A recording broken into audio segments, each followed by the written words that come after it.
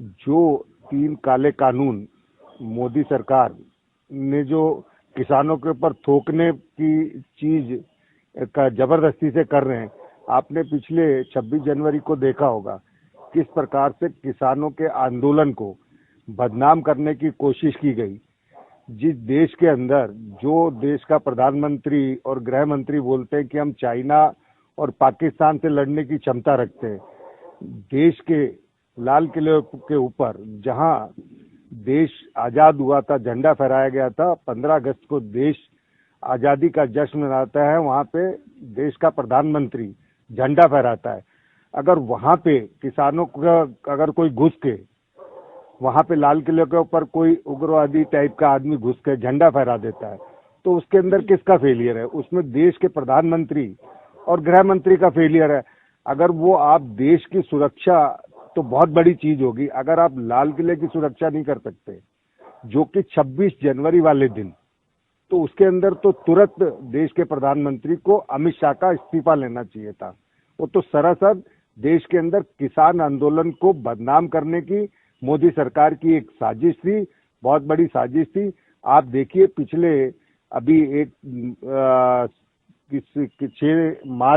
6 फरवरी को जिस प्रकार से किसानों का चक्का जाम का कार्यक्रम था 12 से 3 घंटे, अगर किसान उग्र रूप अगर एजिटेशन में रखते तो वो 6 तारीख को भी हो सकता था।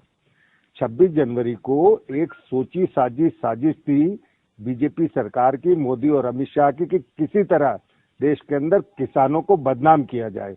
भाई साहब, मध्य प्रदेश के जो कृषि मंत्री हैं वो भी लगातार ये यात्रा कर रहे हैं। अब नर्मदा से ये आज जबलपुर के नर्मदा कल आए थे और कल से ये यात्रा चालू किए थे। सद्बुद्धि के लिए कर रहे हैं ये यात्रा, कांग्रेस के सद्बुद्धि के लिए। भगवान से मैं प्रार्थना करता हूं कि बीजेपी की सरकार और अगर मध्य प्रदेश के कृषि मंत्री को भगवान मां नर्मदा जल्दी सद्बुद्धि देगी कि किसानों की समस्याओं के समाधान के लिए वो देश के प्रधानमंत्री नरेंद्र मोदी से रिक्वेस्ट करेंगे और किसानों की समस्याओं का समाधान करेंगे।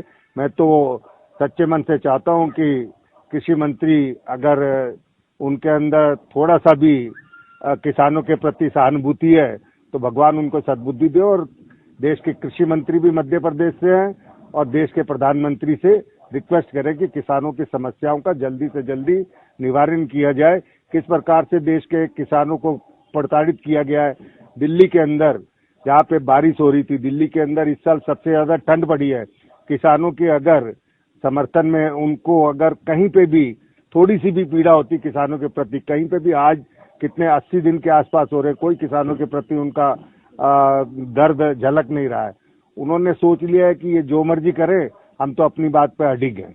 मतलब एक सवाल और था, जैसे कि किसान आंदोलन बड़ा चल रहा है, उसके बाद गुलाम नबी आजाद के लिए प्रधानमंत्री आंसू बहा, वो तो नाटकबाज है ना। अगर वो नाटक ना करे, उसने तो जब प्रधानमंत्री बना था देश के अंदर लोगों की भलाई के लिए बहुत सारी चीजें कही थी, माथा टेका था।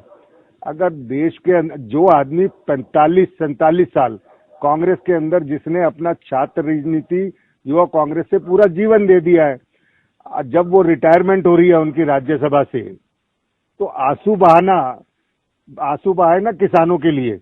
वो तो एक सरासर नाटकबाज है। वो देश के अंदर उससे बड़ा नाटकबाज तो कोई है ही नहीं।